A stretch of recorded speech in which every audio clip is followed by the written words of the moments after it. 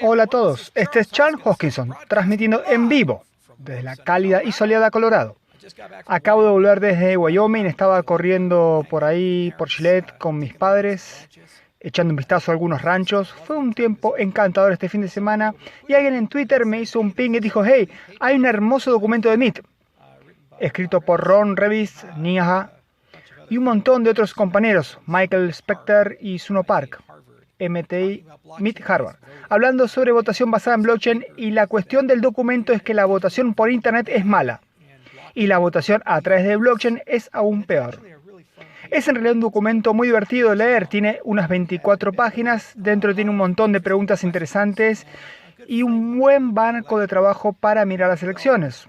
Aunque no estoy en absoluto de acuerdo con el contexto del documento, aunque sabes, es un poco atrevido ponerse de pie ante la RCA. Esto es un gran ejemplo del poder del método científico en el proceso del ámbito académico.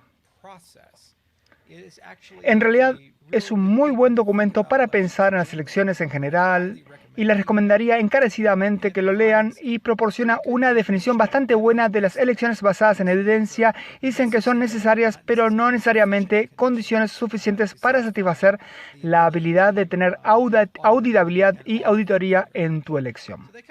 Así que ellos como que esbozan 5 puntos en el documento: propiedades que las elecciones deberían tener, el secreto de la boleta, independencia del software, votante verificable, impugnación de las boletas y luego obviamente algún mecanismo de auditoría. Luego pasan a hablar de algunos de los desafíos que tienen tanto las blockchain con y sin permiso y el voto electrónico en general, y toman la posición que básicamente la votación en línea y la votación basada en blockchain realmente no tienen estas propiedades como un sistema autónomo. Si se hace híbrido con un sistema de papel y estás usando blockchain para una instalación conocida como un tablero de anuncios público o un tablero de anuncios autenticado, entonces no son tan despectivos. Pero sin embargo es un documento muy interesante y creo que al final de esto, veamos, ¿dónde estaba esta sección? La página...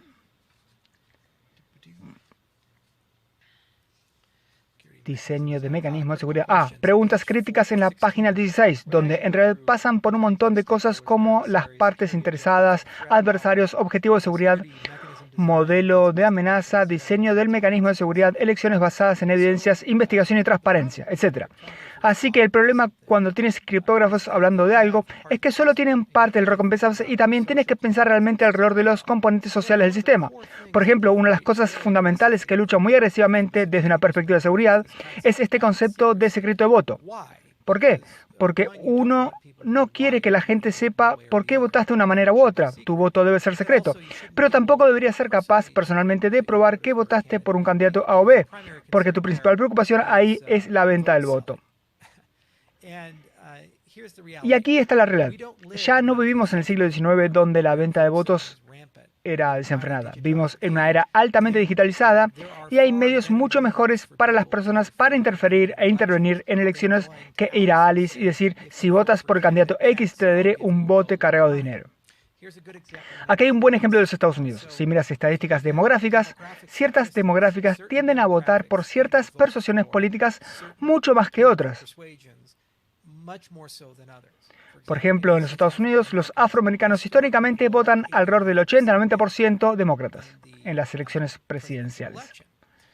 Así que una estrategia racional de teoría del juego, si quisieras comprar votos, en lugar de intentar gastar $5 millones tratando de convencer a las personas al azar de que voten por tu candidato demócrata, elige tu favorito, sería en cambio gastar esos $5 millones yendo a lugares donde la gente típicamente no vota, pero son de ese grupo demográfico, y simplemente registrarlos, porque sabes que 8 o 9 de cada 10 que se registren probablemente votará por tu candidato. Por lo que es una estrategia significativamente más racional gastar el dinero de esa manera, y técnicamente hablando no es una violación del secreto de votación o venta de votos o estas cosas. Estos son ejemplos que, ya sea que estés basado en un sistema de papel o blockchain, realmente no puedes hacer mucho al respecto, y estos son medios mucho más eficaces para obtener cientos de miles de votos extra de una manera u otra. ¿Ok? Así que estos son ejemplos de cosas que no se abordan en el documento, pero son increíblemente importantes cuando piensas sobre la meta de un sistema de votación en general. Es que si sabes ciertas cosas sobre cómo votan ciertos grupos demográficos, puedes usar ese hecho para tomar ventaja del sistema tal como está. Ahora, la otra cosa es que hay dos quejas muy justas en el documento. La primera es que somos pésimos en gestión de llave pública y privada. El tipo que lo inventó, Ron, probablemente es una muy buena persona para decirte eso, y la infraestructura de clave pública es algo importante. La realidad es que no puedes hacer votación electrónica a menos que tengas un tablero de anuncios autentificado. No es suficientemente bueno decir, puedo hacer clic en un botón y votar. Necesitas algún tipo de simetría en el sistema donde lo que se introduce en el sistema no puede ser forjado. Y tiene un grado de no reproducibilidad sobre ello. La única forma en que realmente puede hacer eso efectivamente es con una firma digital a cierta capacidad. Bien, pero ellos muy acertadamente señalan que la infraestructura de clave pública es muy dura en la práctica. Dicen, hey, cientos de millones de dólares en valor de criptomonedas se han perdido porque no somos tan buenos manteniendo seguras nuestras claves privadas. Con eso dicho, nuestra industria entera se despierta todos los días y trata de encontrar formas de hacer esto más utilizable, más seguro, etc. También señalan algunas cosas en el documento que creo que son muy injustas. Tomé algunas notas, por ejemplo, cuando dijeron... Déjame encontrar las notas que tengo aquí. Por ejemplo, ellos dijeron que la votación en línea puede que no aumente la participación. Eso es relativamente contraintuitivo porque en cualquier momento que haces el voto más accesible, esperarías que más gente hiciera eso, y señalan algunas de las elecciones cantonales que se hicieron en Suiza. Es una de las citaciones, así como la disminución de participación de los votantes en Bélgica, algunas cosas en Estonia y Canadá. O cómo la votación en línea simplemente favorecerá a una clase de personas o la otra. Creo que la mayoría de la gente está de acuerdo que un sistema de votación híbrido tiene mucho sentido, y no veo una realidad en la que te mueves completamente un sistema basado en papel a uno basado en blockchain. Lo que preferirías hacer es que dirías, está bien que puedas hacer cualquiera de las dos cosas. Por ejemplo, en los Estados Unidos puedes votar en persona o puedes recibir una boleta por correo. De manera similar, puedes votar en persona con una votación por correo o puedes hacer una votación en línea. No me queda claro cómo eso priva a los votantes del derecho a voto o reduce la participación. La otra cosa es que puedes tener, con un sistema de votación electrónica, una complejidad de votación significativamente más involucrada a un conteo más rápido de la gente. Así que puedes usar diferentes sistemas de votación, como votación ordenada por ranqueo y otras cosas, mucho más cómodamente. Puedes tener boletas mucho más grandes y elecciones más frecuentes, etc.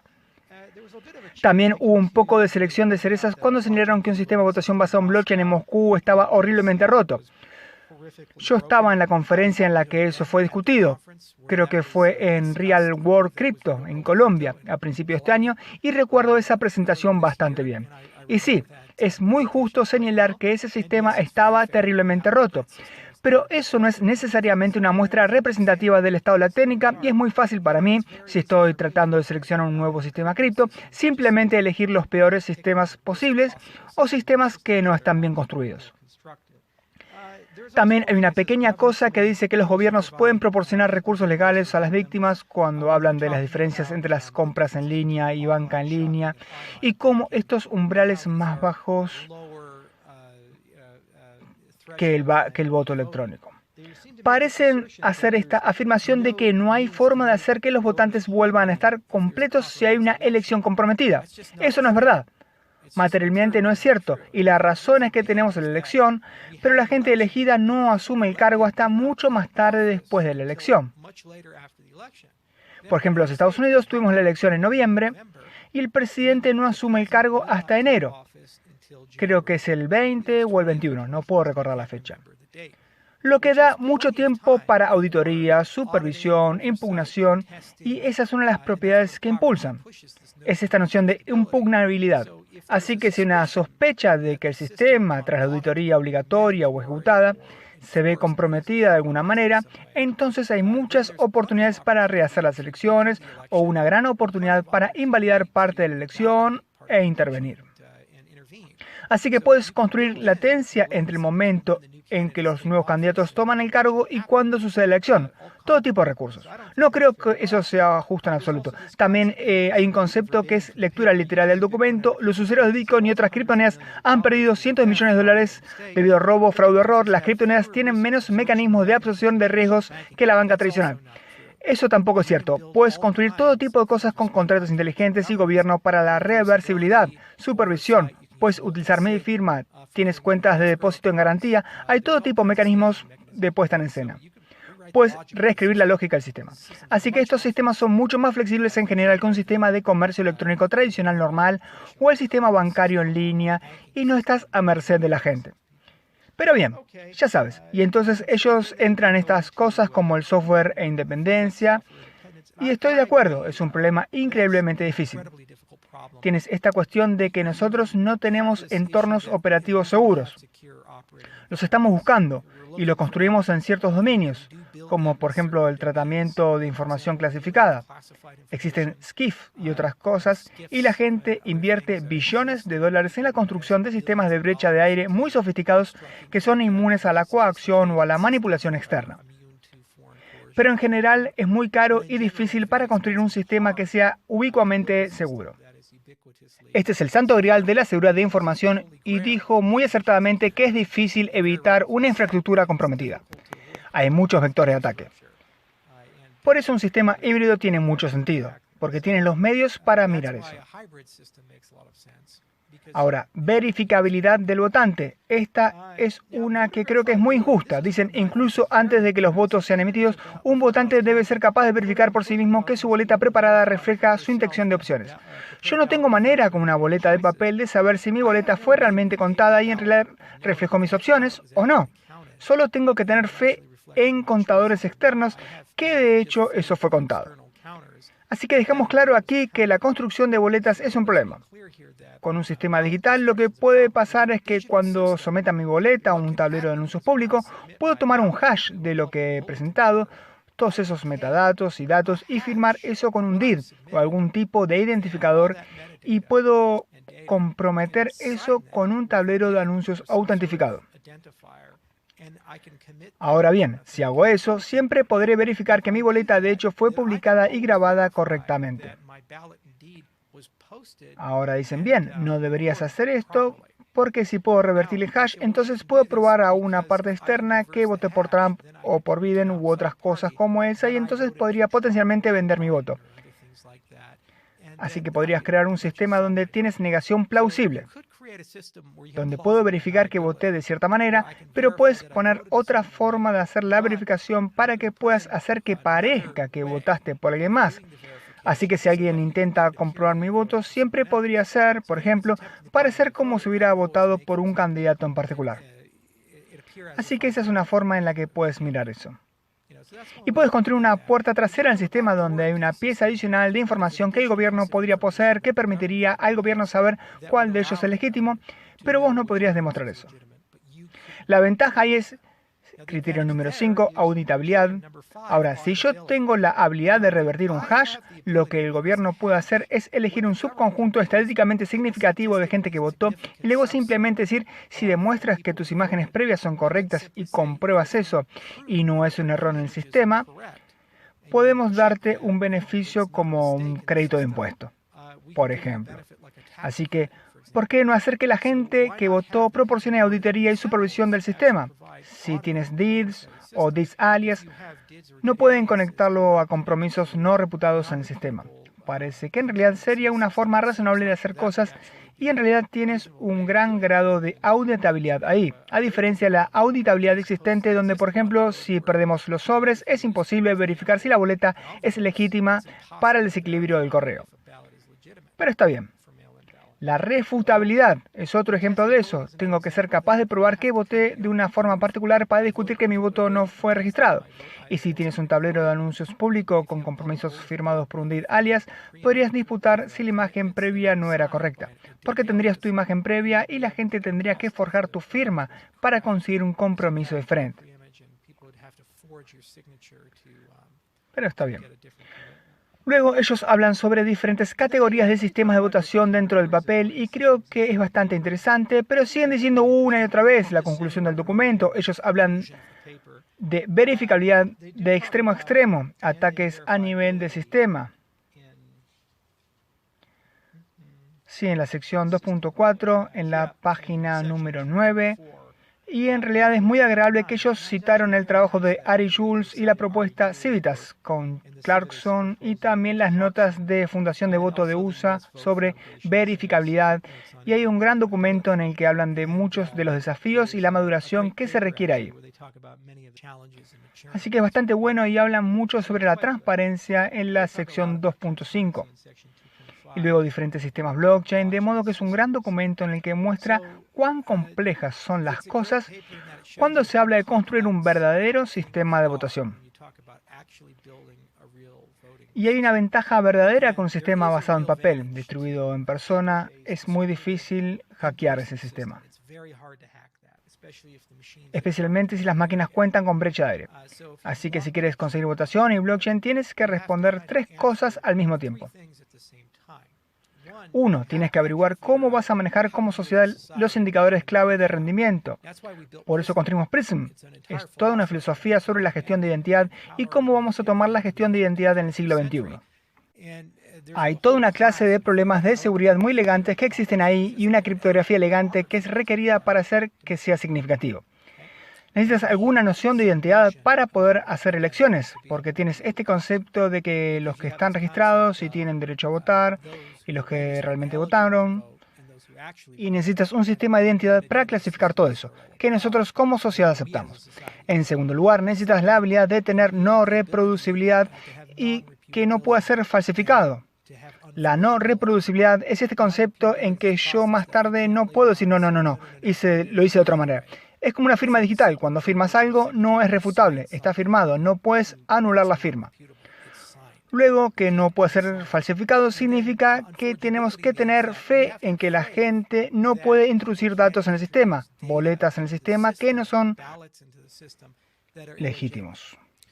Así que es una enorme colección de problemas en sí mismo. Y en tercer lugar, necesitamos un entorno operativo seguro. Y ese entorno operativo seguro es otro de los santos griales de la ciencia de la computación, en la seguridad de la información y la criptografía en general. Es una cosa muy difícil de lograr, pero en realidad estamos haciendo grandes progresos. Por ejemplo, mi teléfono tiene Samsung Knox. Hay entornos de ejecución de confianza, tenemos cosas como el YubiKeys, dispositivos Ledger, Trezor, y nada es 100%. Pero en la vida, ¿qué es lo que impide que alguien vote con tu boleta de correo? Cuando la ven, la ponen en tu buzón de correo. Se llama cosecha de votos. Hay una letanía de ataques que existen ahí, son de baja tecnología y se pueden hacer fácilmente. Y la verificación de la firma no necesariamente se hace siempre. Mucha gente puede averiguar fácilmente cómo se ve tu firma con solo una modesta cantidad de ingeniería social. Así que de nuevo, esto no es un juego de perfección. Es solo un juego de suficientemente bueno y luego hay una cuestión de dominio del voto. Así que, ¿estás votando todo digitalmente o simplemente estás votando, por ejemplo, sobre aprobaciones o preferencias, o estás votando en elecciones locales, pero no en elecciones federales para crear confianza al sistema? Y luego está este concepto de universalidad de la auditoría y la supervisión. Así que, por ejemplo, si tienes un software de código abierto y un sistema global abierto y transparente, entonces la sociedad puede colectivamente, iterativamente, mejorar el diseño del sistema e insertar todo tipo de controles y balances. Por ejemplo, un sistema de hombre de paja podría ser que después de votar y hacer tu compromiso al tablero de anuncios público, la blockchain, que el sistema pueda enviarte por correo ese compromiso, junto con un trozo del registro de datos. Así que tienes un registro en papel de cómo las cosas fueron grabadas. Y si por alguna razón la base de datos se comprometió, que la gente pueda en realidad reensamblar las cosas. También tienes que decidir, ¿son todas amenazas? ¿Cosas que mantienes igual? ¿O ciertas amenazas son peores que otras? Los adversarios externos tendrían un tiempo muy difícil rompiendo firmas. Así que realmente la única cosa que podrían hacer es comprometer la base de datos de identidad y poner registros fraudulentos dentro. ya sea si tienes un sistema de boleta de papel o tienes un sistema digital. Ese es un ataque persistente y todos los argumentos que se pueden hacer para las vulnerabilidades del software también se pueden hacer para las vulnerabilidades del software ahí. ¿Qué me impide poner 50 o 100.000 personas falsas en tu registro de votantes? Y dicen, bueno, tienen que tener direcciones y todas estas otras cosas. Bien, ¿qué me impediría venir con un esquema para ello? Oh, pero tiene que ser una cosa distribuida. Bueno, si crees que eso es un problema, entonces, ¿por qué te preocupa la venta de votos? Porque para la venta de votos tenga algún impacto estadístico en la elección, tendrías que hacer la exacta misma cosa para atacar el sistema de votación por correo. Así que si dices que no es un problema ahí, pero es un problema para el sistema digital boletas, estos son ejemplos de compensaciones. Y por eso creo que, sin embargo, es un documento interesante. Lo leeré durante el fin de semana mucho más cuidadosamente y también pasaré por todas las citas con mucho más cuidado. Pero es un tema que nos interesa bastante y en realidad voy a ver si puedo convencer a Ashilos de escribir algunas cosas sobre los desafíos del voto electrónico en general y algunas de las más modernas investigaciones. Pensamos mucho en esto porque en realidad hacemos votaciones en línea para Cardano. Y si este documento fuera exacto, básicamente la conclusión del documento sería que Catalyst no puede funcionar. Y en cualquier momento un adversario externo puede entrar y comprometer todo el sistema. Y si este papel fuera exacto, supongo que la prueba de participación tampoco funcionaría. Porque en cualquier momento la gente podría comprometer el sistema, etc. Uno necesariamente no sigue al otro. Pero en general creo que es una gran pieza de trabajo, ¿sabes? Cualquier cosa que salga al MIT a este nivel siempre lo es. Y de nuevo, muestra la profunda complejidad en la construcción real de estos sistemas en la práctica. Así que cuando la gente dice votación basada en blockchain o votación electrónica, esa es una vara muy alta. Y entiende que los sistemas de votación que tenemos hoy en día, bueno, son imperfectos, no son así por accidente. Son así a través de años de prueba y error y lecciones y aceptando algunas duras realidades sobre cómo la tecnología funciona en general. Pero creo que es esencial que nos movamos hacia el voto electrónico porque intentamos ser capaces de tener mucha más diversidad de boletas, mucho más tipos de sistemas de votación y sistemas de elección. Tenemos que ser capaces de encuestar a nuestra población frecuentemente, especialmente para los referendos o cambios constitucionales o este tipo de cosas. Y también creo que no es aceptable que tus líderes sean elegidos con menos del 50% de la población dándoles ese mandato. Eso significa que la minoría realmente decidió cómo va a ser la vida para la mayoría, y no es así como una sociedad democrática debería operar. Así que hay mucho que pensar. Muchas gracias Twitter por enviarlo a mi manera y ya sabes, Neha, ella es genial. Ella es parte de la iniciativa de moneda digital del MIT. Y la he visto muchas veces a lo largo de los años y disfruté mucho tener grandes conversaciones con ella y ella es una verdadera experta en blockchain. Una de las mejores personas alrededor para eso. Y también Ron es una leyenda viviente en los círculos de criptografía.